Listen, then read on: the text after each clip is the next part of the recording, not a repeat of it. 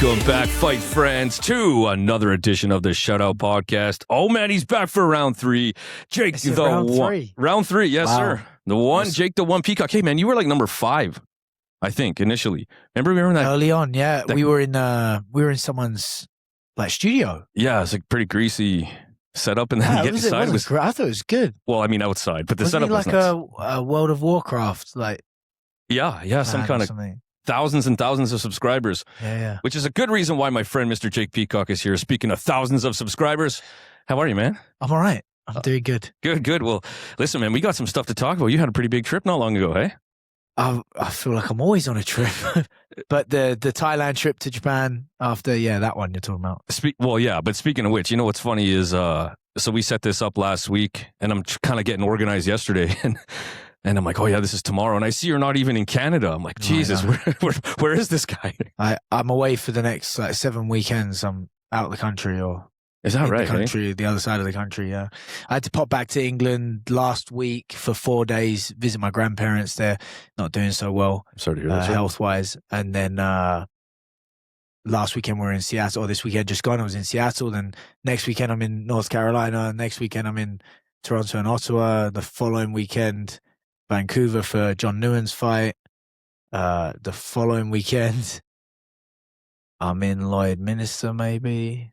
Yes. It's busy. Is all these fight cards, or are they like appearances? Some of them are fight cards, some of them are seminars, and then the one thing was a family obligation. Sure, yeah. Yeah. Now I know. Does your family come on all these trips with you? No, they don't. Not all of them. Yeah. No. Sometimes I might take my boy to some of the fight events we go to in the States when the boys have MMA fights and that. I'll sometimes take Charlie with me. Yeah. But otherwise it's too much to bring the whole family. It really is, and for every reason, it's home. And I'm curious, obviously, to hear about Thailand, but home is security when you have family. You know, it's hard to be away that long. But how do you? Well, I guess right off the bat, and I have some questions for you. But how do you manage that? It's tough. Yeah, it's tough. I'm not gonna lie. Like it's a lot. A lot of the trips though, like coming up, they're like 24-hour, 48-hour things. I was in Seattle for 30 hours, just under that. Next on Friday I leave for like 30 hours. I'll be back in and out. So that's another reason I can't bring the family or the kids, because if there is a time difference, which there hasn't been for the last couple an hour or so, like it's too much for the kids. Like bringing the family to England for 4 days and then flying back, it's too much. It's too much. Well, and even the 24, 36 hour events, like I always invite my family, but even my wife's like, we're not going to see you. What's the point? Yeah, it's busy. Yeah, it's busy. Well, that way, if you say that, then I don't feel guilty. Yeah. All right, man. So now I see you itching again. I see the call on Instagram. You're looking for another scrap, are you? Yeah, I am. I actually trained down at Charlie's Combat Club in Seattle. That's the one championship matchmaker. So we had a smart. No, he's a really nice guy, and he's right next to the. His gym's right next to the venue. So I just shot him a message if we could use the space to do a shakeout on fight day, and then ended up getting some work in with this top guy, quality people they have at that gym. And Charles is a really good guy. And his fighter, Bilal, was awesome to work with him. We trained for a couple of days, and we trained twice over like 24 hours. Right. It was a really good time. So anyway, we had a chat, and got things in the works and coming up. All right. No, I'm not going to. Anything you can share? Obviously I can't. not. Yeah, of course. Can you shout out that gym one more time? Charlie's Combat Club in Seattle. There you go. Yeah, really, really good. I mean, I was chatting with Charles. It was a really cool, unique building. Yeah, like very, very unique. 2-story building. It's smaller, but like it's just got a real cool character to it. And his gym is plastered with MMA and Muay Thai accolades, and I mean every kind of promotion that he's had guys fight on or he's fought on. I asked him how long his gym's been around. 30 years. Is that right? 30 years he's been doing this, like coaching. Wow. That's aside from his, because he's like late 50s, aside from his own craft, and man, that's so much experience. Sure. Like, and there were fighters all over the wall and pictures, and lots of them were his fighters, and he's got, guys and girls in the UFC or has had, and so he's got a good system going over there. I think it's really good training. Nice, cool. Probably had a good like old school like vibe. Oh yeah, old school, proper, no messing around. Yeah, nice. Hey, I got a question for you as far as gym ownership too. Now, I don't have a lot of pictures and stuff on the wall, but not for any reason. But when you go into a gym with all these posters, pictures, promotions, titles, you know, and let's face it, a good 90% of them are all ripped and tattered and beat up. Do you like that look for your gym? Like how so? What do you mean? Well, okay, I guess let me speak for myself first. From a old school martial arts guy point of view, I love walking through gyms like that, man. I'll read every single thing in there. But what if you're new? Do you think, like, I always think of aesthetics. Like, I like that look, but I always wonder, and I'm not knocking anything. I'm just curious. If you're brand new, you walk in the door, like, does that look nice? I don't know if it looks nice. I think it's cool. Oh, I couldn't agree more. I like it. Yep. I think it's cool. I think it shows history in the sport. I think it shows, for the most part, it shows you're legit. Of course. You know? Sure. You've been around. You've had guys on all these shows. You've been on all these shows. So there's some sort of level of experience there. And me personally, I was saying this. I trained with Luke Whelan back in England when I was back for 4 days.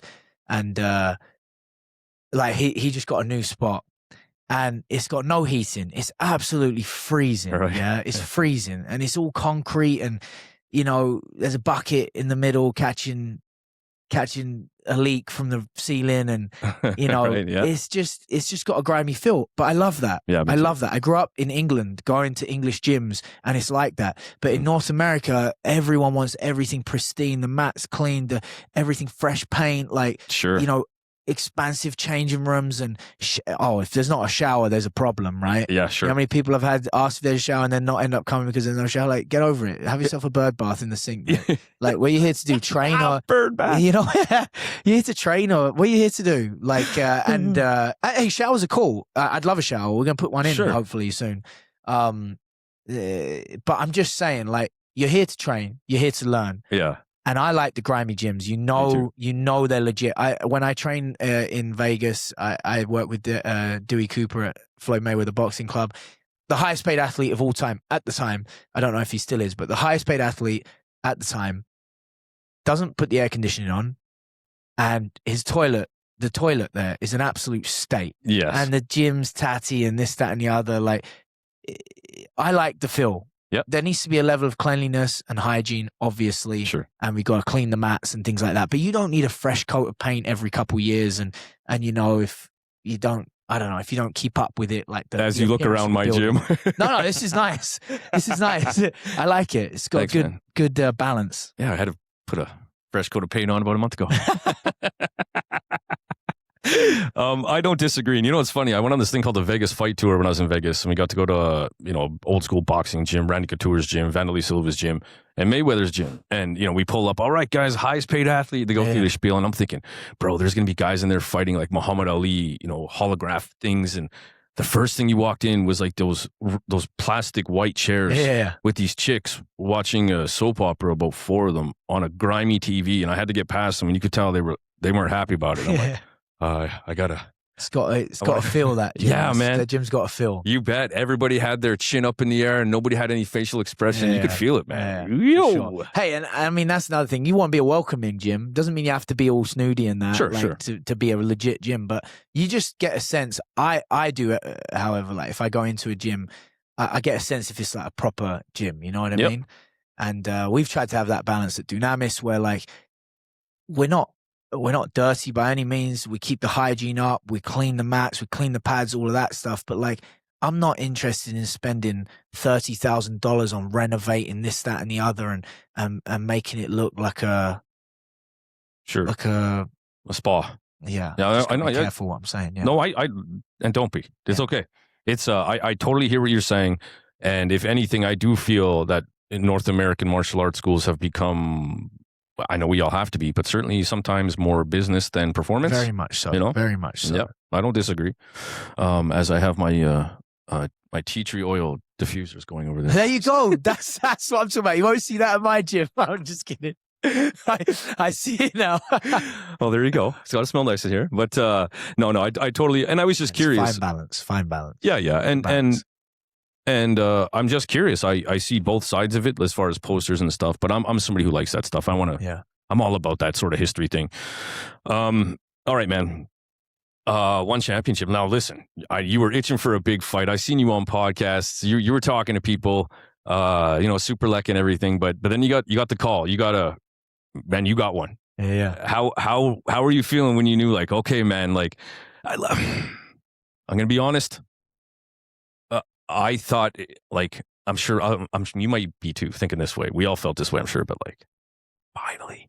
Yeah. Finally, like we know your potential, and so do you. And so we finally get to see what we already know, or what we all know, right? So what were you thinking when you got that call, man? Was that the fight you wanted? I remember where I was. Well, any fight. Right. But yeah, like someone legit. Yep. And no offense to your opponent. SuaKim is legit. Mm-hmm. I remember I woke up, I walked to the washroom with my phone. And at that point, I was itching for a fight. So every morning, first thing I do is roll over, grab my phone, look at it, wait for a message from Charles or Kieran. Right. Kieran sends a bout offer to Charles, sends a bout offer to Kieran. Kieran sends it to me, or sometimes Charles messages me on directly, bout offer, and then sends all the paperwork to Kieran. But I grab my phone, I look at it. That's the first thing I do most mornings. Sure. I'm just itching for a fight. And I remember this morning, I grabbed my phone, I walked to the washroom. I don't know why I used the washroom the other side of the house, but I walked to the other side of the house into the kitchen, used the washroom there. I sat down. I saw a message. It just said V SuaKim to 1173, whatever the number event it was. And I just responded, yes. I responded with capitals, yes. And then I sent a voice message, and then I said, heck yes, something like that. 100%. Like, yeah. How come there's an echo, Jake? I'm on the can, guys. Sorry, but I'm excited. Yeah, exactly. And then I called Kieran right away. I'm like, let's do it. And I was jacked up. Nice, man. Nice. That's awesome. Now, what about, so my guy Aiden every once in a while comes spars with you guys. And even when that fight got announced, I remember saying, like, hey, have fun sparring on Saturday. Yeah. I'm sure you were just raring to go. Yeah, man, right on. Now, what about learning it was in Japan, man? Like a massive fight card. Once you found out you were part of that, was all at the same time? Did that come later? Like they'd announced the biggest fights. They'd announced a few of the big fights a month or two before. They announced them like 6 months in advance for the numbered events usually. And then I got notified 4 months out, and then they announced it 3 months out. So yeah, I knew what kind of card it was going to be, and it was a stacked card. Stacked. It was awesome. Man. Yeah, I bet.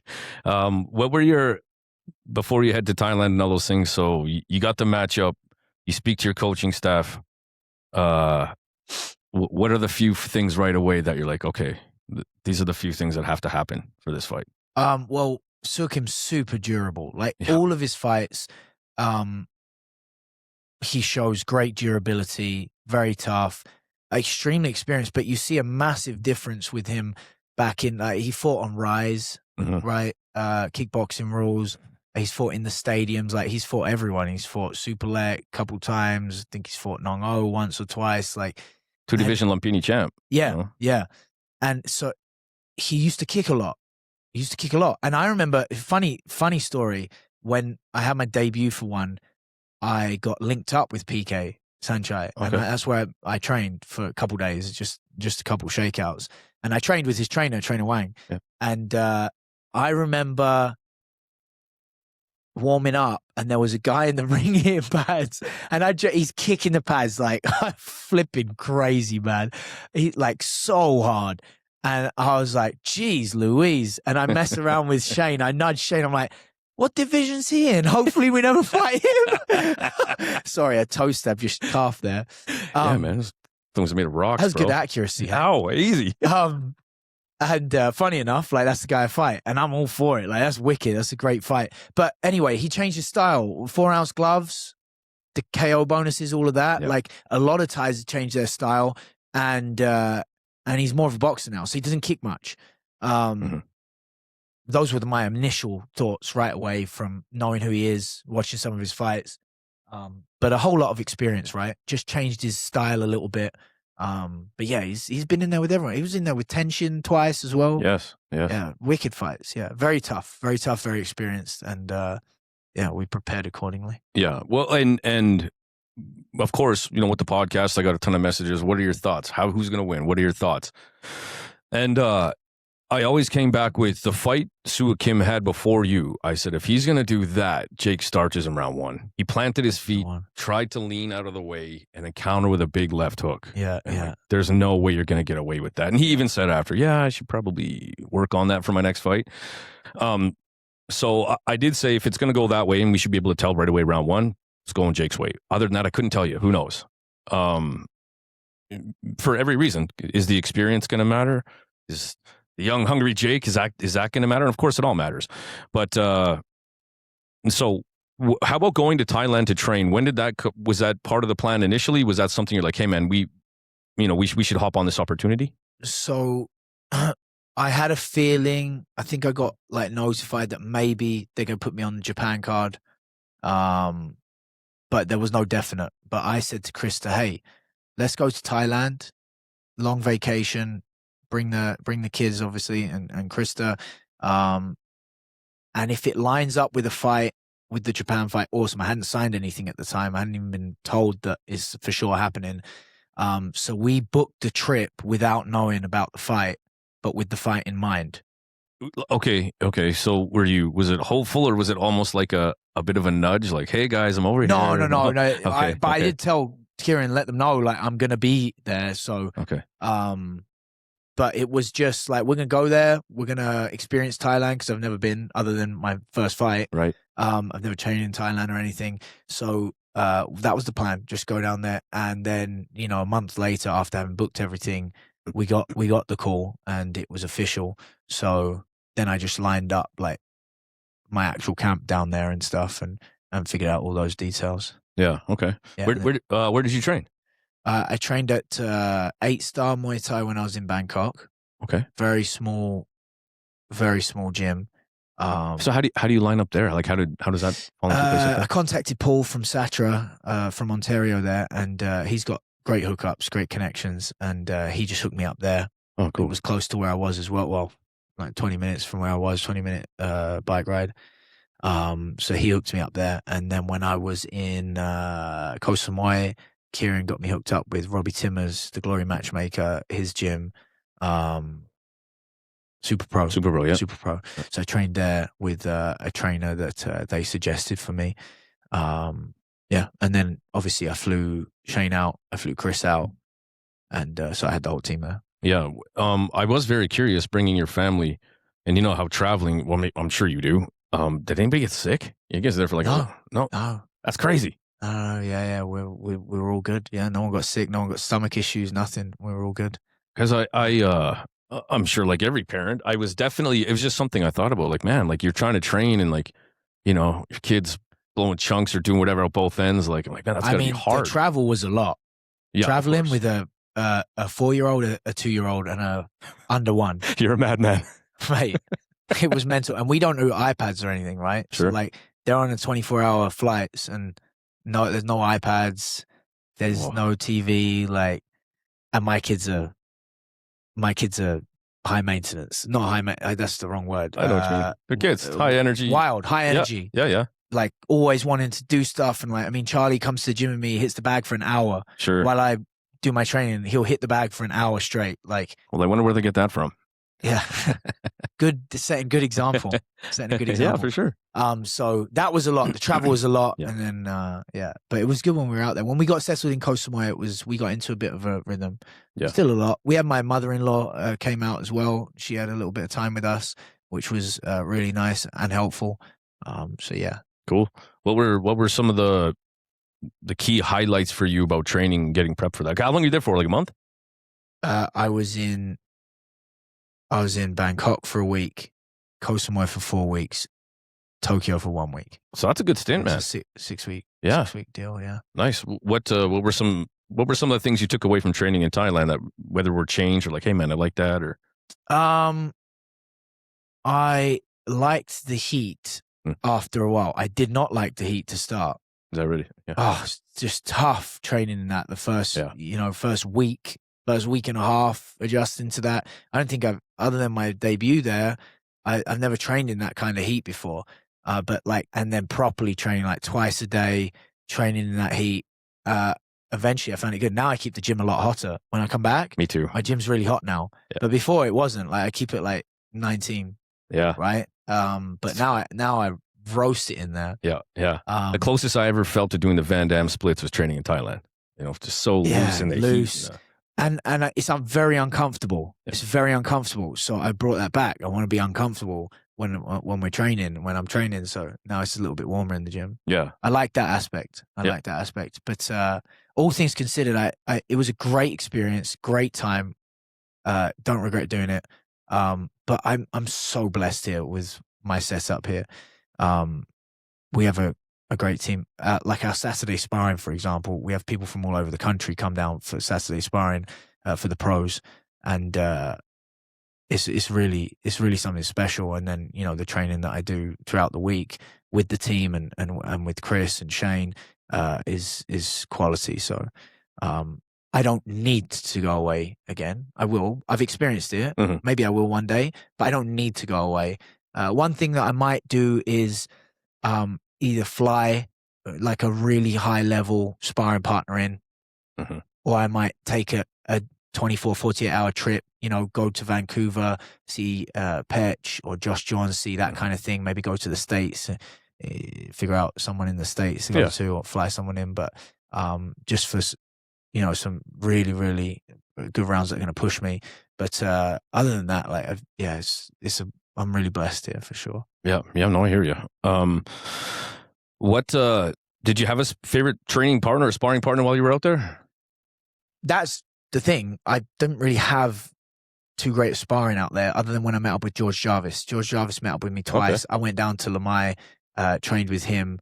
Did a few rounds with him there, and then the next week he came up and helped me at Super Pro. Same thing, we did some rounds. That was the best sparring I got.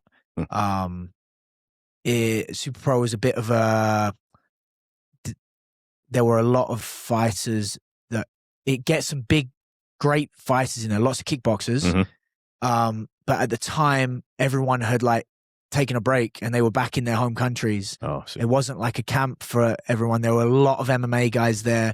Obviously, MMA striking is very, very different to Muay Thai striking. So Robbie and the MMA coach tried to put together sparring for me on whatever day it was a couple times. And I made the best with what I had there. Yeah. That's what I'm saying. Like at home, I have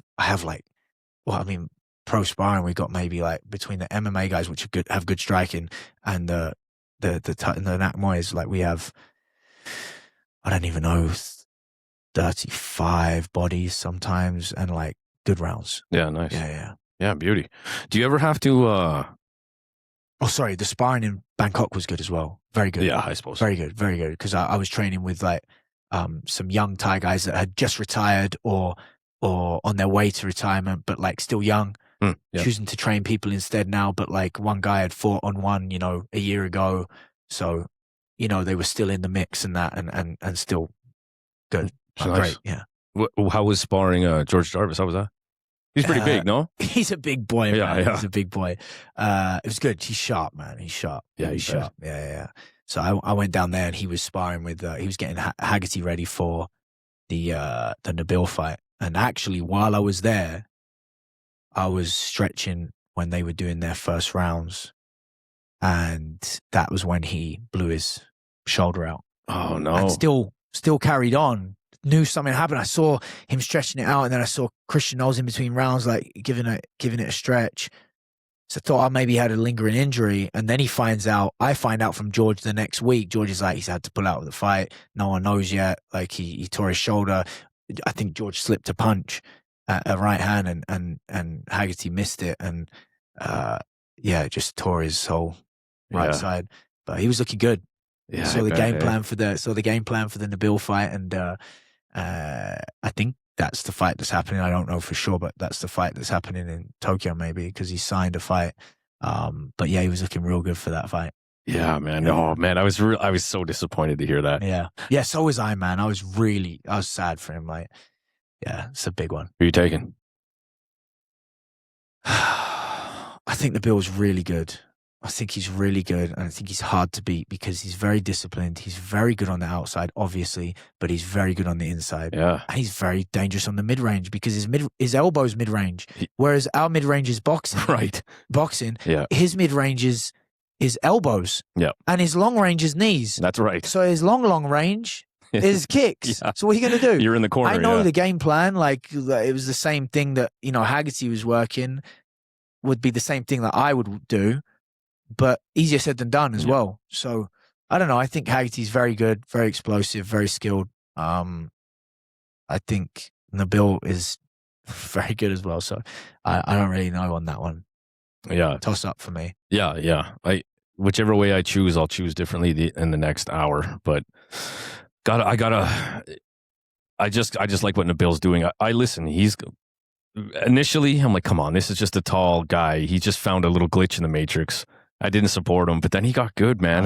He's no slouch. He is technically sound. Right. He is sharp. He's got IQ. Yeah. He's disciplined. He's hungry. Yeah. He's the real deal. And he's a nice kid, man. I can support nice people. Super nice guy. Really nice guy. Yeah, man. I can't wait for that one to go. So Japan. Oh, okay. First of all, I was going to say earlier, your Instagram, I noticed, like, how am I sweating buckets? Like, that obviously was when you were kind of just getting used to it. Remember, you were like sitting down. That was me the whole time. That was me when I was used to it. That's me too, man. Goodness I'm so me, I'm ordering a smoothie to cool down, and I'm like just using my words to order it, and I'm flipping melting away. Yeah, shirt after shirt after shirt. It's mental. Yeah. Did you at all get used to it, or was it something you struggled with the whole time? I got used to the uncomfortable feeling. Yeah. Like I didn't feel uncomfortable, but I sweat 24/7. Yeah. Yeah, that's just how I am. But yeah, I definitely got used to it. It took me like a week and a half. Yeah. It took me maybe like after the first week in Koh Samui to get used to the heat. Yeah. Yeah, it's crazy. People don't realize it. Yeah. Especially when you're pushing, and when I'm hitting pads, I'm pushing. Or I'm trying to do the assault bike sprints that we were just talking about. I'm trying to do those. Outside, yeah, you kidding me? It's flipping rough. I try to explain to people, it feels like you're training as hard as you can while there's a blow dryer going off in your face. Like just get away. Like you're not getting that oxygen, but you are. It's just warm. Warm oxygen. Yeah. And I agree, man. Ever since then, everybody knows it's like it's hot as hell on this side when we train. And in the summertime, listen, I know people listening. I know we get complaints. It's too hot in here. It's too hot in here. I never turn on the air conditioning. Do you know? And I'm sorry, guys. I'm busting this out again. And I know some parents get upset, but I always have the talk like, you know what we call this? We call it summer. And it comes every year and it gets warm. Yeah. What do you want me to say? Get used to it. That's right. It's good for you. So we're counting down. So I did see, did you have any sort of staph infection issues? I saw that. You did. Okay. So I flew to Thailand. I had a tiny, not even a pimple, an ingrown hair on my leg. It was nothing. I'm kneeing the pads, 30 pads in Bangkok. It's getting a little more red, but not. It just looks like an irritated ingrown hair. I'm not even worried. But then I'm on the plane flying to Koh Samui, and I'm like, it's getting a little worse, but then the next day it would go down a little bit. Then I start doing the same thing in Koh Samui there at Super Pro, and then it blew up, mate. My leg was huge at one point. Was that right? The red spread from this little thing here, and it spread, and it kept spreading. And I'm not a medication guy, and I avoid antibiotics at all costs, especially in a fight camp, because it really takes away your cardiovascular improvements.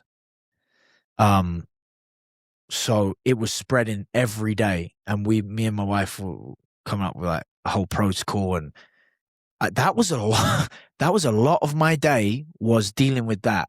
Yeah, sun exposure, t-shirt oil baths, wrapping it, drying it, probably wrapping it, putting the oils on it, all these essential oils and stuff. And again, sun exposure, ocean, a lot of natural health ways that we would do, and we dealt with it. It went from this quad thing that looked like it was doing a turn into a blood infection, and it just got smaller and smaller, and then it went. I'm assuming you're got to be like, no, please. I was panicking. Yeah. I was like, man, it's the last thing I need. That's crazy. So, if you don't mind me asking, how come no medication?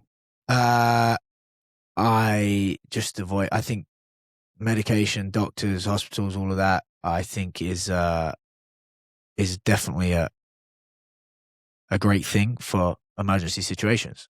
So if I had a blood infection, I'm not going to be stubborn and put my head in the clouds or my head in the sand, and not get antibiotics. I would get antibiotics. Yeah. But until then, I'm not going to do antibiotics. I gotcha.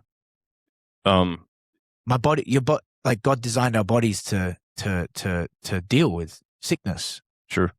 To deal with injuries, to deal with Yeah. The more we interfere, I feel the more we interfere, lots of times the more we mess it up. I don't disagree. And let's be real. I don't care where you live in the world. Pharmaceuticals is a business. Don't even get me started. I'll get started. We'll do that on another episode. This is a whole episode. Sure, thing. but okay. No, I get you. I was just like, how come? Or was it your body thing, but personal choice thing? It's a personal choice thing, and because it really wrecks your cardio. Taking antibiotics wrecks your gut health, which wrecks your cardio. You could be super fit. You take antibiotics a week before your fight, you're depleting your cardio gains by like 50%. I don't know the actual number, but it's significant. Yeah, a lot. If you're, no, I hear you. So I didn't want to mess around with that, and I knew I'd need my fitness for this fight. Right. Yeah, no joke. Yeah. Well, we said like when we were making the plan for the fight, I said I think I'm, lots of feints, lots of movement. He comes forward, angles, pick him off, move, like long distance, move. And then Krista said to me right away, and a lot of the time because she knows me so well and she's smart. She's oftentimes told me the best advice for my fights. Okay. And I'm not like one of them that like you should have your wife in your corner. I'm like the opposite of that. Sure. But like I listened to my wife, and she said, I don't know if that's the way to do it. I'm like, what are you talking about? Not the way to do it. Like I'm thinking, who are you? Like, what are you talking about? You've not had a fight. Like, what do you mean? This is my plan. This is what I'm gonna do. Like I've already ingrained it. And when I have a fight, like it's mission, it's go time. Like I know my target now. Like that's who I'm focusing on. Every morning I wake up, I'm like seeing that guy in my head. Like I'm planning everything, all my day around that guy. Right. Because I'm going to walk through that guy. That's my mission. And I'm like, I'm already in that zone. I'm like, hold up. What do you mean? You don't think that's the right thing to do? And he said, I don't know. I'm like, well, what would you do? What would you do? And, I forget what her exact advice was, but anyway, I changed the game plan. So I go to the guys, I go to Chris and Shane. I'm like, listen, boys. And I started more and more feeling this gut instinct, this gut intuition. And I was like, look, all of these guys that we've seen fight SuaKim, they've all tried that. They've all tried to be evasive, move in, keeping it long, angling out. He eventually gets you. You can only do that for so long. Mm-hmm. And you get tired, and he gets you, and he relies on the experience, and he wears you down, and he's tough. I said, I really think, and I'm feeling it in my gut, and I've told you before, like people see the technical side of me, mm-hmm. and like really nice, like knockouts and keeping it long and rangy and technical and finessing, but I love to fight. I love to scrap. And I said to the guys, boys, I think I'm going to bring the fire to him. I think I need to meet fire with fire on this one. Stop right there. Please tell me how your coaching staff feels about that. Yeah. Well, no, they're all for it. They're all good. They're all good because they know, like, I like that. And so I'm like, for every fight, I create a group chat with my physio Chase, who comes out, Chris, Shane, myself. That's the squad. And every fight, every group chat for every fight has a different title. Like the one before Doha was like, I don't know, like 171, show the world, right? Okay. This one was 173. I could pull it up right now. Fire with fire.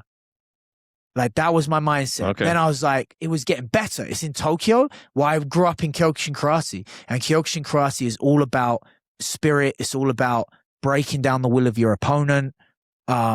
It's all about that mindset. There ain't no movement. You stand in front of each other. Whoever flinches first loses. Like, if you do that, you wince from a shot. That's a point done. You wince again. That's fight over. Right. You drop. It's done. So this is the kind of like hard body mentality that I love. And I'm like, this is the one. This is the one. Let's do it. Let's shock everyone. Let's stand in front of him.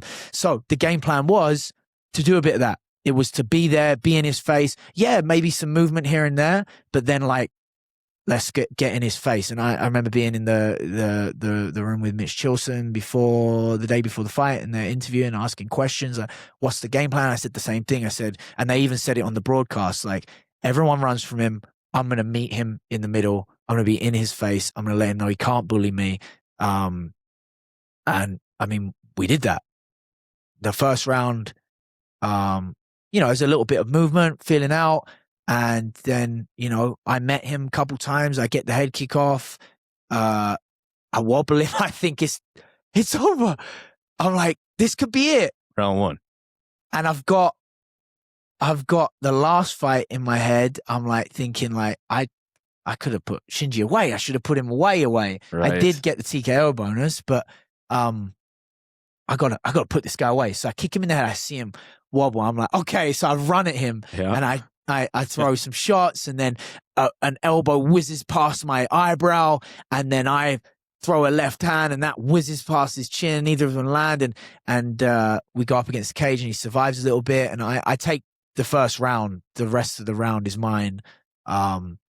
And then second round comes out, and obviously trainer Wang's been like, you gotta get on him. Yeah, man. So, but I'm not doing my moving around now. I'm gonna, sure, let's go. And so, I mean, we were standing there. I've slow-moed the fight sometimes. I've slow-moed the fight. And there are elbows whizzing past my head, and elbows whizzing past his head, and straight lefts whizzing past his chin, and punches whizzing past mine. And I'm like, flipping heck. But, I felt comfortable in that close range. Like I said, I love that fight. I won't get into it publicly, but I know the areas that I need to adjust. Okay. Not necessarily not fighting that fight, just in a different way, sure, with a few different adjustments. And that was where it went wrong. So I would say round two was very close. I personally, I think objectively, you can say I did more damage. I busted him up. I defended quite a lot of what he was throwing in round two. So I won round one. Round two, I would say would be very close. I would like to say I took it because they scored big on damage. Mm-hmm. Round three, I came out not adjusting like I should have even in round two.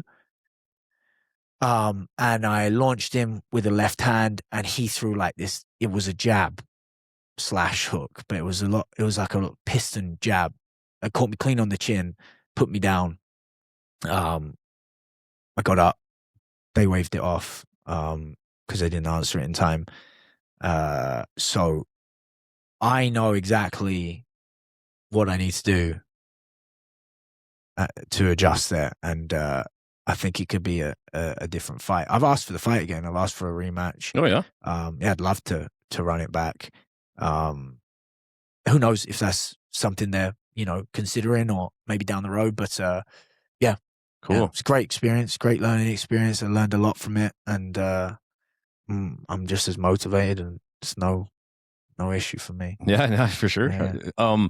And I proved, like I said to everyone on every news article I did, every podcast I did leading up, and I did a lot out in Thailand. I was like doing a podcast every few days or a news article every few days. And every time I mentioned, I think I'm going to stand in front of him and just meet fire with fire. And I did it. Yeah. And it was great. And yeah, it was wicked. Well, from a fan's point of view, it's phenomenal.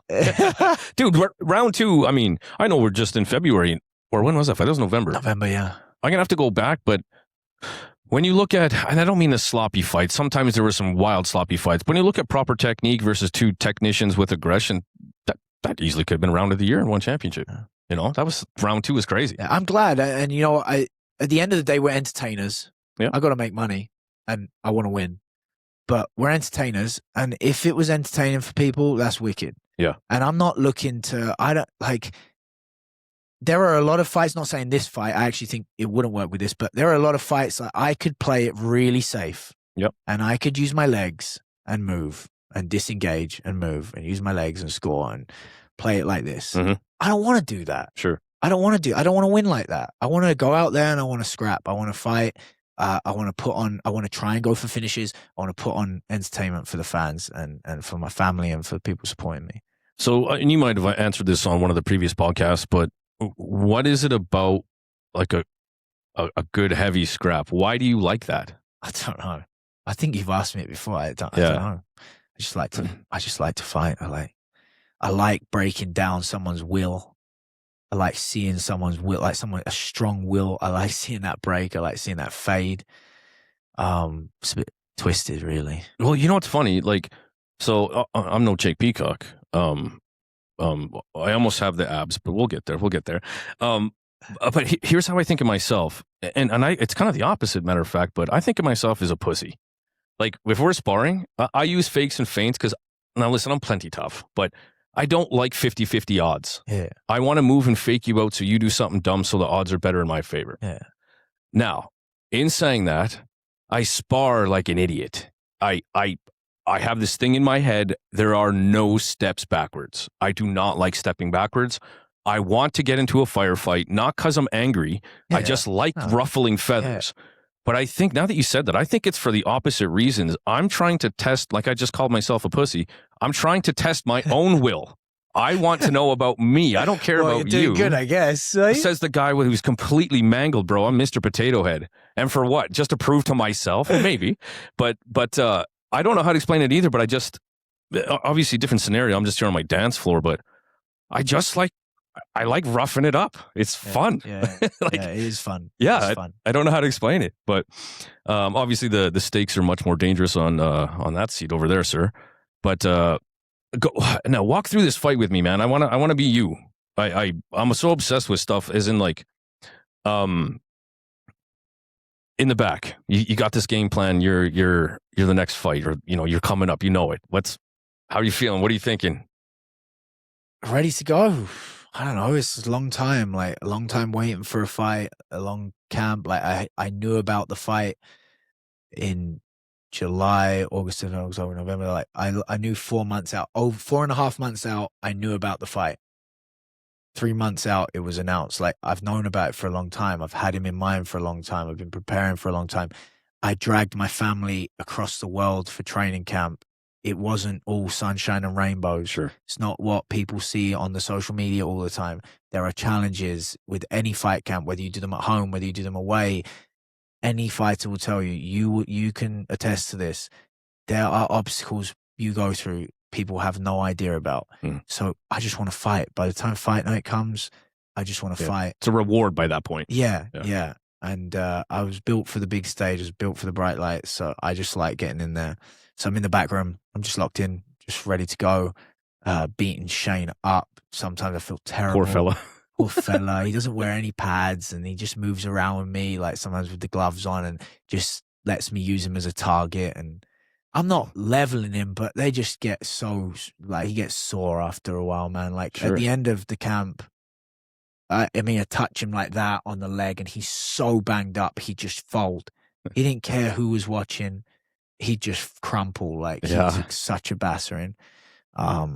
And then, Chris is getting me ready as well in the back, and I'm just firing, just ready to go. So when the fight starts, what can you tell me about the first? I'd love to say the first 10 seconds, but I understand how fights work in your mind. 10 seconds is sometimes half an hour feeling. But what were your first initial moving around the ring, giving and receiving SuaKim and back and forth? Is there anything that you're like, okay, this worked, or watch out for that, or yikes, that stung?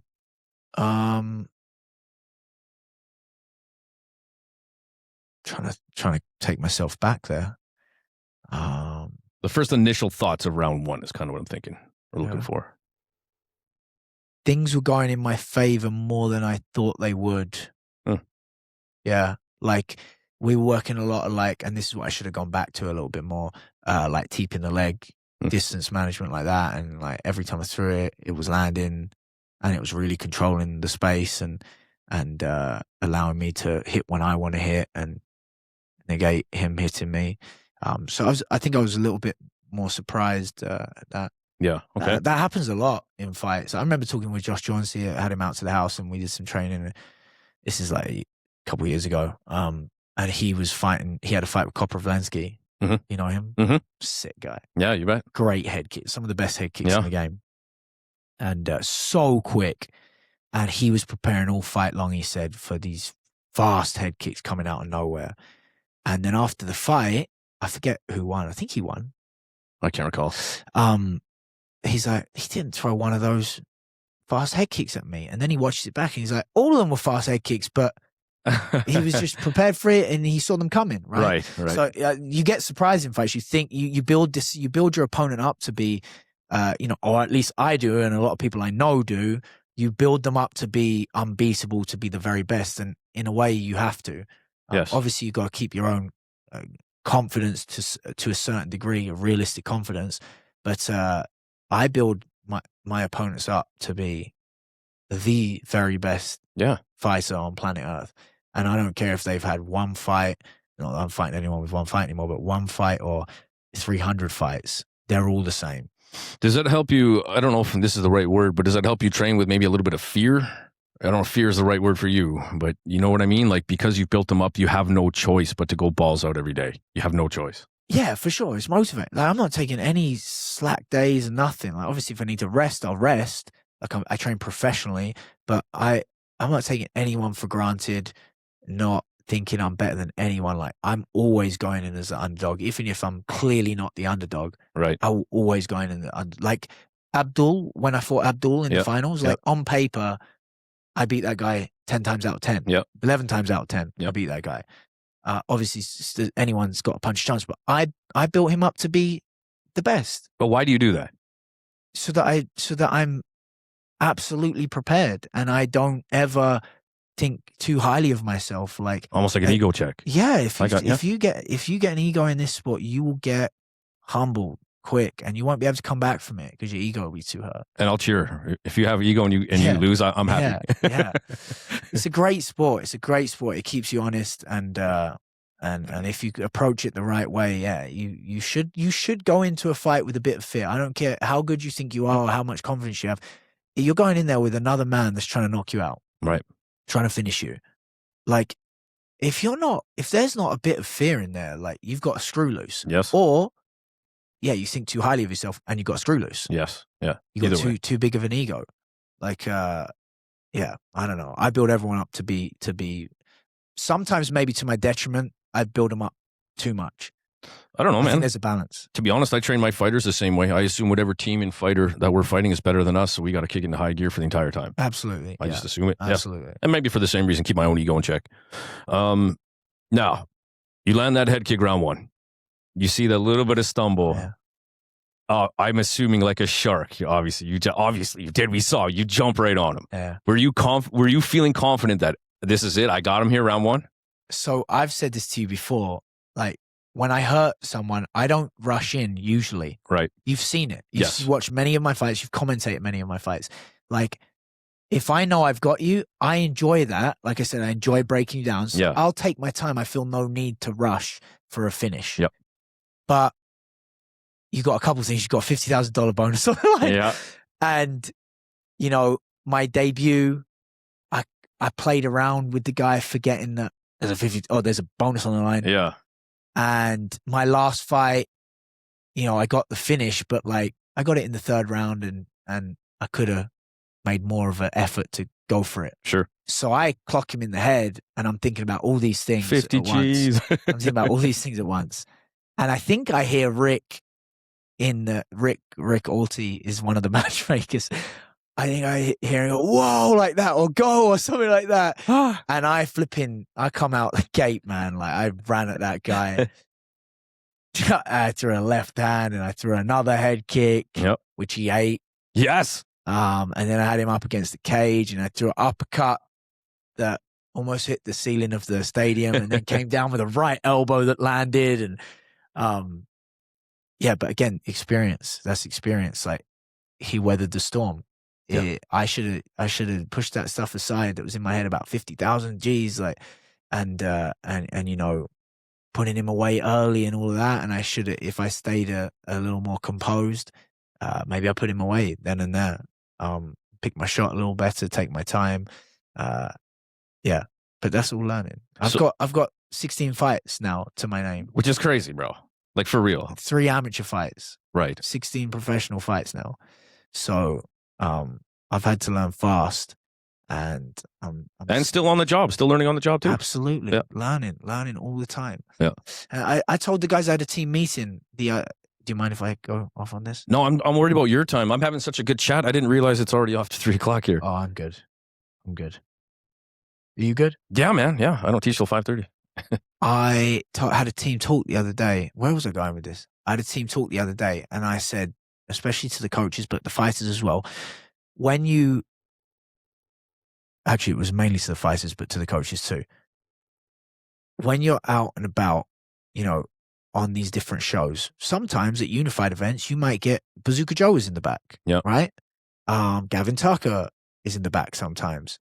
When you're in one championship, I mean, you're in the back with everybody huge, right? We're sitting next to Takuru and Yuki Yoza warming up, and you're around these guys all week. We're sharing the warm-up room in the hotel with Rodtang.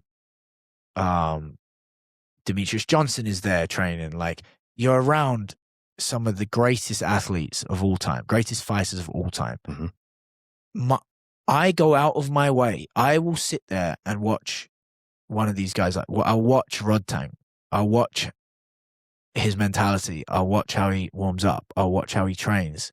I'll be taking information all the time. I'm not physically writing notes down, but I'm just seeing his aura. I'm just seeing how he trains. I'm just seeing how he holds himself. Putting it in the mental filing cabinet. Yeah. And I'm taking notes. So I told the guys, like, you should be flipping doing this. Like, you're around cornering someone, and you're an active fighter, and you're around these people. Like, you're a bit locked in when you're fighting, but if you're cornering someone, you're around in the back room, and you're seeing the high level guys like this, you should be taking notes. You should always be learning. And I mean, I say it all the time. I call him Sexan. I actually don't even know his name half the time. Jackson. You know Jackson. Yeah. Kid. Jackson. 13-year-old Jackson. What are you talking about? 13-year-old Jackson. Tyson Jackson. Kai. Oh, yeah. Yes. Sorry, man. Jeez. Like, I take stuff from Jackson. Jackson's a 13-year-old boy with, I don't know how many fights. A handful of fights. Yeah, literally. A handful of fights. I'm using him as an example, but I will take things from everyone. Like, I watch Jackson and I try and be more like Jackson. Well, he doesn't know that. Sure. Tyson, same thing. Anybody on my team. There's people that don't even fight that I look at like, why do they look so balanced when they do that? And I'll take information. I'll be so all the more to do it around the greats of all time. Yeah. I just had a chat about that. Like, you should always be learning. We were talking about always learning, right? Yep. I'm always looking to learn, because I am at a disadvantage being 16 pro fights and being in there with, the world's best. So yep. Yeah, for sure. Got to take every opportunity to learn. Well, and I think that's part of being a martial artist and what makes you human too. And I'm the same way. Like, if you're I just have no problem being that guy. If you're doing something better than me that I'm interested in, I'm going to come ask you, hey, how are you doing that? Yeah. Show me. I got no problem with that. Absolutely. In between round, do you remember in between the rounds at all? Yeah. What was some of the advice? After round 1, going into round 2, they said, keep doing what you're doing. Yeah, clearly. Keep doing what you're doing. Yeah. I went out and SuaKim ran at me. I couldn't physically create that space. Yeah. That was where I was going to get caught, is if I'm trying to keep that space, I'm going to get clocked, because he's just boxing heavy right now. He's not even kicking, he's boxing heavy. He did try to keep you on the back foot. Yeah, like, it's going to be very difficult. That's where I'm going to get clocked. So I immediately had to change and go toe to toe with him and do what I was planning on doing anyway, meet fire with fire. And then in between the second and third round, Chris said, you need to go back to more of the first round, keeping the leg, picking your shots, keeping variety going. I remember it very clearly. And I started the round really well. I started the round how I wanted the round to go, how Chris wanted the round to go. how Shane wanted the round to go. And when I threw that left hand, he stepped in, timed a left hand as well. Yeah. Did you get tired? It was tiring going at the end of the second. I was tired a bit, but I mean, every fight there's fatigue somewhere. Well, in that pace, some level, it's going to happen. Yeah, we were chucking like I don't know. Nothing we were throwing was light. Yes. Did you recognize he was tired? Oh yeah. I watched him slow down in round 2, and I watched him go back to his corner, and I watched the way he came out. Like he's game. He'll shake his arms out and he's ready to go, but he's tired. Yeah. I know everyone's human. I know you can't go like that and not be feeling a little bit fatigued. But did you see it? Yeah, I saw it. Yeah. I can see that stuff. I think it was near the end of round 2. It wasn't a stumble from getting hit. It was a stumble because I'm tired. I saw him take a bit of an awkward step, and you could tell, like, "Ooh, okay, he's tired." Now, correct me if I'm wrong, but watching this fight, I did see your output come down a little bit, but then it felt like it really dropped when you had your back on the cage. You were still blocking, and you still had your eyes on him, but it felt like, to me, that's when you started showing being tired. Did I get that about right? I felt really tired to, I think, the last 30 seconds of the second round. Yeah. When I think both of us slowed down. When I was against the cage, I don't know if I was tired or he was throwing so much I needed to just focus on defense instead of getting caught when I'm throwing something like I got caught with, and getting timed with something. So I think I did a decent job against the cage defending what he was throwing. And I think I was just waiting for him to stop that. Like, I mean, his corner was yelling, like, now, like they were. So they think they had it. They were trying to like empty the tank on me kind of thing. Like, are you going to catch him kind of thing. So I think I was very like, at that point when I was against the cage, I was like defensive minded. Like, I got to just defend right now. Yeah. Tried to get in. I think I popped up a left high kick, maybe a knee here and there. And then once that barrage was done, we kind of recentered, and then it was kind of just like that again in the middle. Was that probably took 3 to 4 seconds. When you replay that in your mind, is it a lot longer? What one? Just that whole scenario back on the cage. Let's hold on a sec. Like, it felt short. It felt short. Oh, okay. It wasn't like a, No, it felt short. kind of moment. No. All right. I mean, it was really like, I watched it the other day actually, because I was just breaking down like areas where I need to develop, and one thing specific that we need to be working on and keep in mind. But I was slow-moing the part in the cage. I thought it was kind of cool. Like I was like forward, back. Like I was trying to do what Superlek does a lot, where he puts his head closer to you, and then you go to hit, but then he moves it back, and you're punching there, and then they go to punch you, and you bring your head back in, and they're punching behind you. Yeah. So I was doing a bit of that, and I was like pleased with my defense against the cage like that. Yeah, no, you almost looked even like annoyed. You could tell that you actually could see what was coming. You had this look like annoyance. You could see you were looking at it. Stop. But as opposed to like just batting at bees. I have some weird what facial expressions. Most of my photos are all like, I don't know. I don't even know. No, snarly. Well, listen, you're gonna make a face when someone with 300 plus fights is chucking hands at you like that after 2 rounds, man. Now start around. Did you have to have any self-talk? You're tired, he's tired. Was there anything you had to say to yourself at the beginning of round 3? Yeah, going into round 3, getting off the stool, I'm like, okay, this is the last round. This is like, we gotta go. Doesn't matter if you're tired. Shake yourself out, and we gotta get going. So yeah, just get to it. Yeah. Now the punch lands. Help walk us through this. The punch lands. Did you know you got hit, and did you feel yourself go down, or was it like all of a sudden you can see the lights? You're like, oh, yikes! I knew I got hit. I didn't know with what. Yeah. Sorry, I thought I threw a left kick maybe, and he timed a left punch. Okay. I didn't know it was a left hand. Okay. I went down, so that's just a bit of a blur. Yeah. And then I start standing up, and as I put my hand down to post, it gives. Yep. I put my knuckles down to post, that's why, and my wrist gave, and I'm like, whoa. And I start standing up, I'm a little bit dizzy. And it wasn't till I was standing up, I heard it a little too late. Hands up. You got to get your hands up. Yep. Like, show me you're ready. Whether he said hands up or show me you're ready. I heard it, but I didn't register split second too late. Yeah. And I lifted my hands up and he called it off. It was really tight. And I mean, they're so tight, like they're so good in one championship. Like everything's so organized and it's a well-oiled machine. Like when you go down, there's an official cage side that watches. The moment you go down, they start counting with a stopwatch. You can see them behind the cage, 1, 2, and then because it's the ref's job to make sure you're safe. And then as this guy behind the cage is counting, the ref will look over. Ricky Saul would look over and look at what count he's on. 5, 6. Like there's someone shouting in the count, so Ricky knows, and then like they're on it. There's not like it's not like here where I mean, we know somebody that got like a 28 second count, right? And none of that. Like you got 8 seconds to show you're ready. So yeah.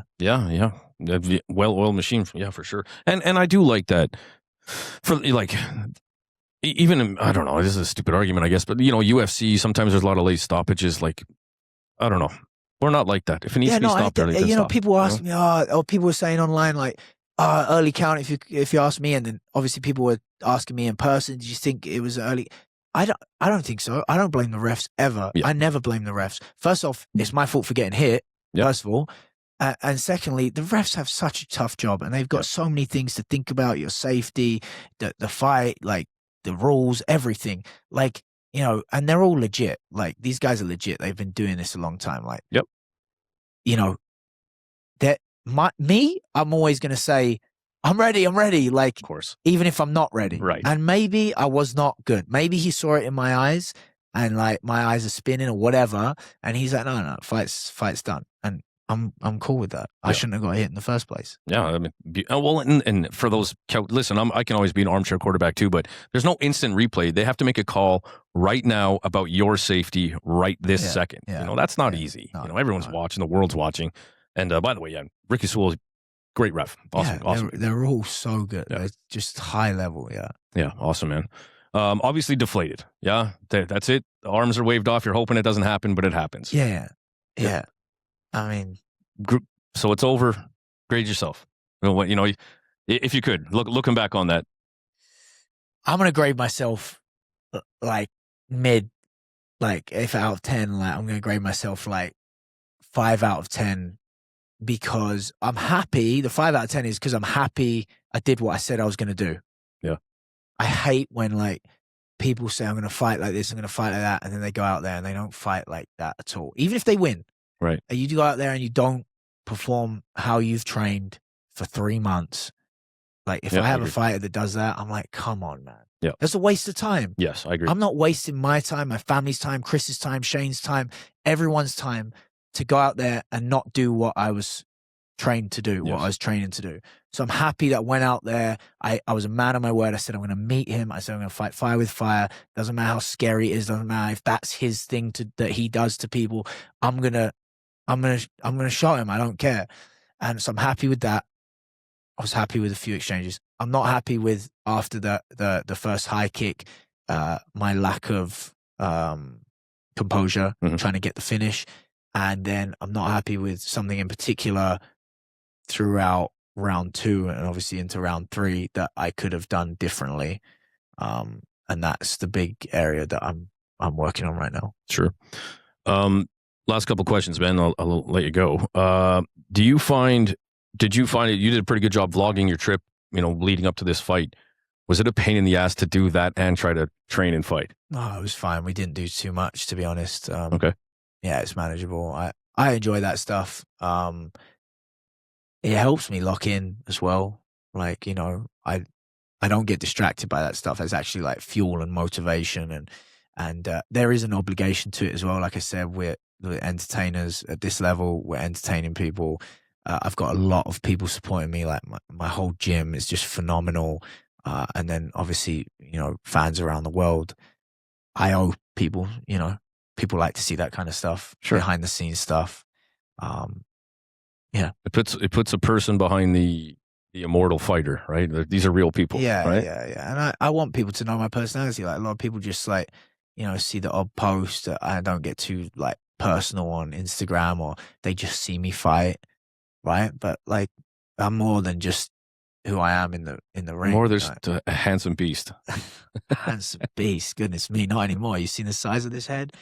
Look at the forehead's grown. Hey, buddy, I'm with you, pal. I'm with you. Double. No, you're looking young, man. I'm looking like a. You don't talk like that. Looking bad right now. Yeah, I think you look great, sir. Thanks. Oh man, there's something you said there. I just wanted to quickly go back on. Oh, I'm sorry. Like you said, with the fans around the world and stuff like that, do you feel any pressure with the popularity of yourself, one championship? Do you feel any pressure as a fighter or a mentor or a coach or with your popularity going up? Do you feel more there's role model even? Yeah, there's a lot of like what's the word? Responsibility. Yeah. There's a responsibility to do as I'm saying, to what I'm preaching, to live it, to be a good role model, to be above reproach, to watch myself like on social media and that, like, but no pressure. Like, no, I don't feel pressure. Okay. I don't feel pressure. I got you. But it is something, it's amazing. Like, it's been a wild ride. And like, I'll tell you a quick story. Of course. When I told Krista, like, it's just so you know, it's wild in Thailand. Like, I get recognized everywhere. Yeah. It's the wildest thing. That's cool. Ask Chris, ask Shane. It's mental. We could be anywhere. We could be in the slums. We could be in a mall. We could be getting our hair cut. It's really something. And so I tell Krista this, and, she believes me. She doesn't think I'm lying, but she doesn't actually understand. We get off the plane. We land in Bangkok. We're walking off the plane with our luggage. We're going to go to baggage to get the rest of our luggage. And guy comes up to me, oh, Mr. Peacock, picture. Does this, takes a picture with me, and then says, I'm immigration, follow me. And then I thought, did I do something wrong? Right. Like, Chris, grab the bags. I don't know what's happening. Grab the kids, follow this guy. He takes us to a closed line. It's Thai passport only entry. No way. He opens the booth, puts his card in, gets us through. We're at baggage in 30 seconds. Everyone else is lining up for like that kind of thing. Nice. I'm going for runs. I got people cheering, shouting, hey, Mr. Peacock, Jack Peacock, usually like that. Da, da. Yeah, it was wicked. Like I'm training in Bangkok, and there was a youth soccer team playing, and they all came over and were asking for pictures and that. So it's definitely something special, and like nothing like I've ever experienced. So it's a cool responsibility, and it's been a cool ride. Well, and it's cool to, like, from my point of view, like it's a nice, a funny way to say it, I guess, a nice reward. Think how hard you work day in, the crap that you put your body through day in and day out. It's got to be, I'm not saying it goes to your head, but it's nice to be like, yeah, I work hard for this, I do work hard. Yeah, man. Yeah. Work hard. So that's good. It's got to be nice a little bit, I wouldn't be here. I know people say it, but I look at my life. I look how at what's happened over the last. I mean, I've only been fighting professionally since my debut in 2019. Like, I never even thought I'd be fighting. I only did it to set an example for my team, and to light a fire under some people's bums. I had no idea be where I am today, and it's only because of God. Like, it really is. It's been a remarkable journey, and I'm just very, very blessed. Super thankful for all my support. Obviously, my wife and family, and my team is just phenomenal. They just an incredible support system. Yeah, man, for sure. And many of your team are friends of the show as well. Yeah. Did you hear the last podcast with Quinn and Duvall? This was a few months ago. Oh, yeah, I heard that. Did you hear their impression of you? I heard their impression of me, yeah. Do you want to get an impression of them? Waters. That's it. That's what I need to say. Water. That's not Australian. Say water. Water. Yeah. Say container. Container. It's the R's. It's the DERTER. Computer. Say computer. Computer. There you go. I got it down, man. I got it down. Oh, that's funny. Okay, here's my last question for you, man. Do you find it harder? And don't give me the tough guy answer. Give me the real answer. Do you find it harder managing your own expectations as a fighter, or managing the expectations of the people underneath you being a coach? I've I love my team. I want to be there for everyone. We're like a family. Like, I really care about everyone that competes, and the regular members too. Sure, of course. That don't compete. I love my team. I love everyone at the gym. But I physically can't spread myself around. So I have no problem with that, though. We have phenomenal coaches: Chris, Great. Quinn, Shane, Christoph, wrestling. And I happily move people their way, whether it's private clients or Chris, you should corner all these guys or whatever. If I can corner, I will 100% corner with people, or take lead, take control of it. But I can't be everywhere all the time. But that was my whole thing from the very beginning. I always wanted to have a large fight team, fighting internationally, fighting on big stages. And that is not possible with one leader. You have to develop you have to develop multiple leaders. And we've got to a point where, we've trained up, members that don't compete to be able to adequately corner and be a support, different fights. And that's wicked. It's taken a long time, but we're at the point where we could have 5 different events all across the world and everyone will be looked after appropriately. And sometimes we do. We have 5 fighters fighting in 3 different locations around Canada, or 1 in the US, or somewhere else. So it's really good, and I have full faith in my team and have a lot of trust in them. My day ones are always my day one. Look at my team. Sure. Chris has been with me since I met Chris. Before I started fighting. Yep. Chris has been with me from day one. Shane has literally been with me from day 2 of opening gym. Sure. Yeah, you bet. Chase has been my physio now from my 4th pro fight. My teammates at the gym, I always look around at other gyms and I see an influx. Maybe they have a massive fight team, but then the fight team dwindles. I'm not even talking about regular members right now. I'm talking about fight team. Yeah. They dwindle, and then maybe some come back, and then it's a new set, and then another influx of people. We have people that have been just consistently on the team for a long time now. There is no I'm going to go to this gym now, or gym hopping, or, fading out. And that's just the fighters. Same with the members. If you're a core part of the gym, there is a loyalty there. I'm loyal to you.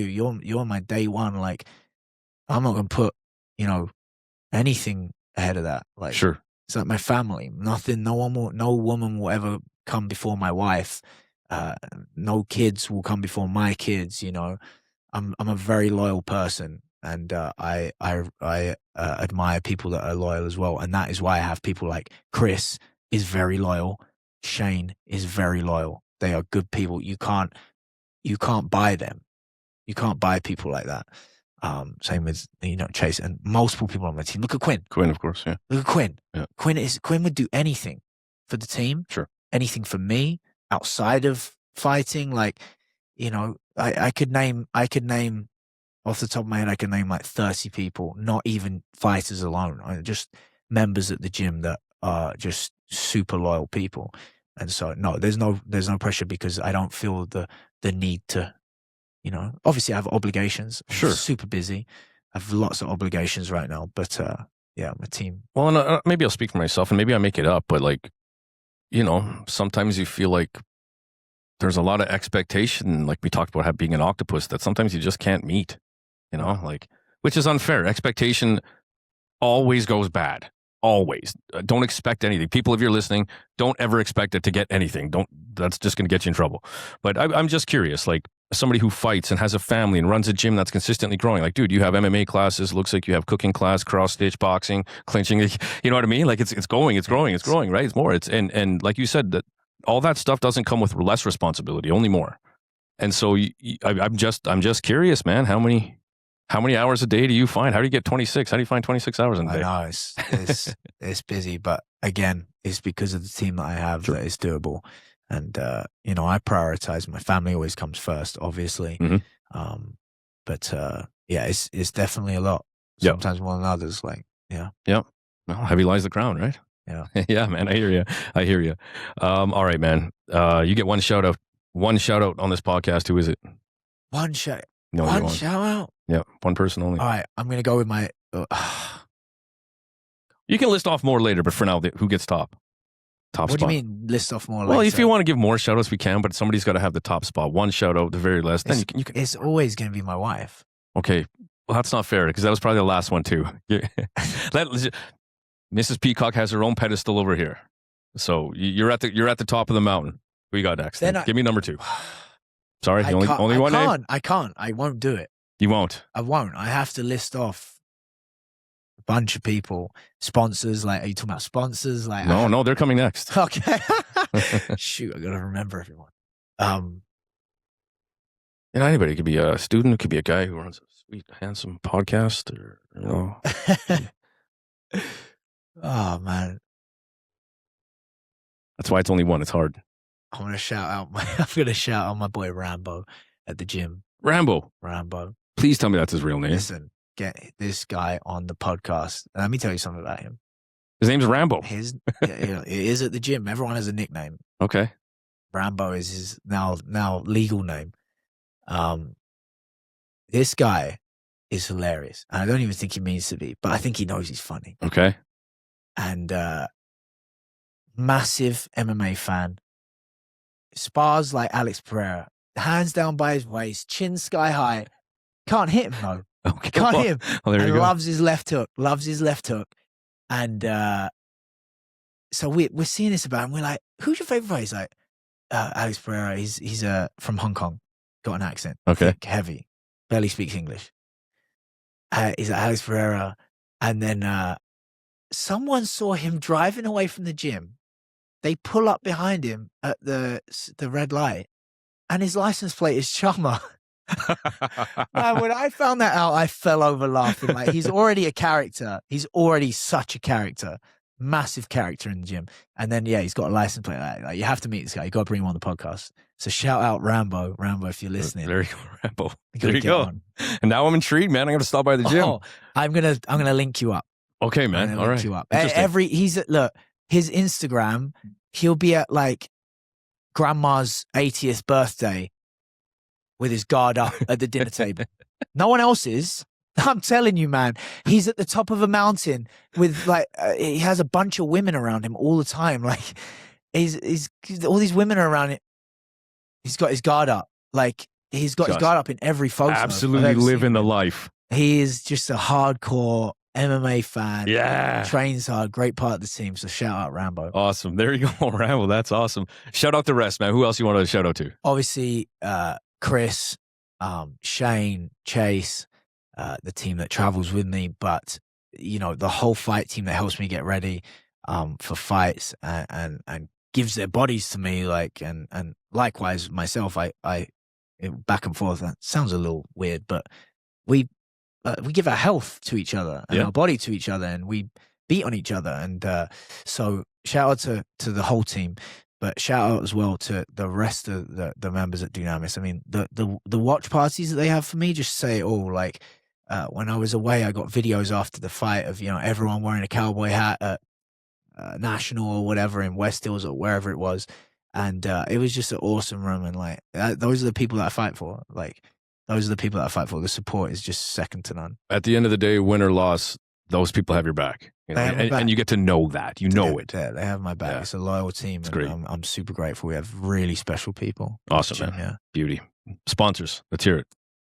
Give me 1 second. Yes, sir. Because I can't make a mistake. In the meantime, while you're looking at your sponsor list, I do want to remind you guys, I am going to bring this out next week or this week. I'll see what I can do. But Sumo Fest is coming to Calgary. At least I'm going the day before the Muay Thai World Cup. If you had to choose, obviously go to the Muay Thai World Cup. But come join me Friday, March 13th. Going to Sumo Fest. Going to watch some sumo wrestling. And Jake's ready. All right.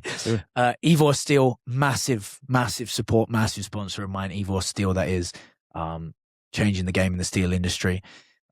West Deck out in Red Deer. Quality company that's been in my corner for many years now. Same with First Class Roofing and Renovations from Okotoks. I use them all the time, actually, when I ever need renovations at my house and at the gym or whatever. They've been in my corner for a while now. The Brave movement out in the US, massive support, new support for me. Christian clothing company and a brand for men to be men, biblical men. Toyota, obviously. Sick ride, Tacoma. You like that? Yeah, I do, pal. I do. Like my video. Did you see my water video? I did, yes. Water. Badger Construction, awesome company that's been in my corner for a bit now. PH Food from out in Ontario, organic food. They were in my corner for Japan and hopefully future ones too. Chase Your Dreams, Strength and Conditioning. AgriFit Solutions, ATP Lab, Satra, Dynamic, YYC, Movement Lab, Deco Windshield Repair, and of course my boy Chi-Wan. A lot of support systems. Guys, didn't you hear anything? This guy needs sponsorship. Help him out. This guy does not have enough sponsors. I got a solid team behind me. Everyone that supports me. And for all the right reasons, man. You're a person people want to connect with, be a brand ambassador with, want to get behind for every reason, man. I can see why. I can see why. I will do my best. If someone's on my team, I'll do my best to represent them really well. Obviously, man, as proven. Speaking of representing themselves not so well, so I did an interview over here with Stamp Fairtex, which was sweet. Oh, yeah. However, I was mopping and I heard a hand, shout out to you from Combat Fighting Channel. Hey, we're going to do an interview, you and Stamp. I'm like, sure. I keep mopping. I'm like, what the hell would you want to interview me? I'm like, anyway, okay, let's go. So I get over there. As he's talking, introducing, he goes, Jason, is going to be talking to Stamp. And I'm like, oh, I'm doing it. But thanks to our friend Kieran Kettle, he's put me in so many of those situations. Oh, yeah, that he does that. Oh, man. He does that. You got to be ready. If you're around Kieran, he'll put you in something real quick. So in saying that, at the last Muay Thai World Cup, I knew eventually we were going to be talking to you, but I didn't know when. And I had to leave the ring, and they said, no, you're going to talk to Jake. I'm like, when? Right now. I'm like, yeah, I remember. Okay, right. And then you said to me, hey, what are you going to ask me? And I said to you, I literally have no idea. Yeah. I didn't know this was going to happen right now. I don't know. I guess I just got into buddy mode, but you're telling us about your story. Oh, it was a phenomenal fight. It was so exciting. And I bust out fucking right it was in front of everybody. And everyone, I'm like, oh. I just dropped an F-bomb. This is the first time and only time I've ever. It was. Oh, wow. It went way over my head, I think. I didn't really. That's when I was like, oh, sorry. I don't know. I was talking to you, but it was a fun fight. Fucking right it was. Like, oh. Sorry, everybody. Everyone forgives you. Okay. Everyone forgives you. As long as you do. I'm sorry to ruin your speech. The amount of words you're speaking all the time, you're going to make a mistake here and there. Especially when you swear like a trucker anyway. Do you? Yeah. Do you? Oh, yeah. Well, come on. Like the fact that's the only time, that's impressive. Thanks, buddy. I appreciate it. All right, man. Anything else before we're out of here? Shout out to Jason. Oh, I appreciate it, man. Thanks. Well, shout out to you. Listen, it was cool to get a message from you like, hey, when can we do this? I'm like, yeah, I'm always the one chasing people. So I appreciate it, man. Yeah, pleasure. Now, listen, whenever we get this fight, let's do this again. Even if it's a quick interview or even while you're in Thailand, if you want to, get on Skype or whatever the kids use nowadays, and let's be part of this journey with you, man. You don't have to do it on your own. We're all supporting you and behind you. Yeah, thanks, man. I appreciate that. Awesome, man. Other than that, guys, make sure you make your way to Sumo Fest. Go watch some sumo wrestling the very next day. Come watch some Muay Thai. The very, very last thing, I'm so sorry before we're out of here. Oh my goodness. We have a battle of absolute gorillas. Jonathan Ayulu versus Quinn Waslick. Yes. Whoa. Whoa. How do you feel about that one? It's a big one. It's a big one for Quinn. I believe Quinn has the tools to beat him. Quinn's really dialed in. He's made some massive life changes over the last year. Massive. He's on a completely different trajectory, and it shows in his personal life and his fight. So he's in the best possible place to be for this fight.